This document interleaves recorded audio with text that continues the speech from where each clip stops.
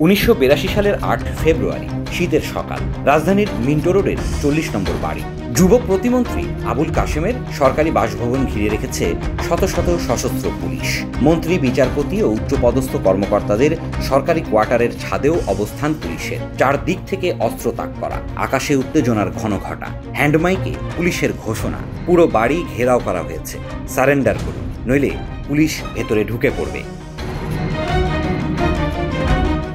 ঘন্টার পর ঘন্টা কেটে গেল, তবু কোনো সাড়া নেই। রাষ্ট্রপতির কার্যালয় থেকে স্বরাষ্ট্র মন্ত্রণালয়ের মাধ্যমে অনুমতি মিলল অভিযান চালানোর। ঢাকা জেলার তৎকালীন পুলিশ সুপার AFM মাহমুদ আল ফরিদের নেতৃত্বে চূড়ান্ত প্রস্তুতি।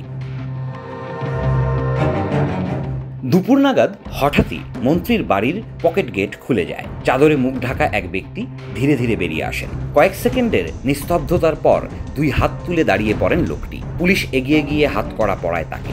হ্যান্ডমাইকে ঘোষণা শোনা গেল, দেশের সবচেয়ে দুর্ধর্ষ খুনি এখন পুলিশের কবজায়। লোকটির নাম এমদাদুল হক ইন্দু। বাংলাদেশের ইতিহাসে এক ভয়ঙ্কর অপরাধীর নাম, যিনি 22টি খুন, অসংখ্য গুম ও ডাকাতির মামলার আসামি।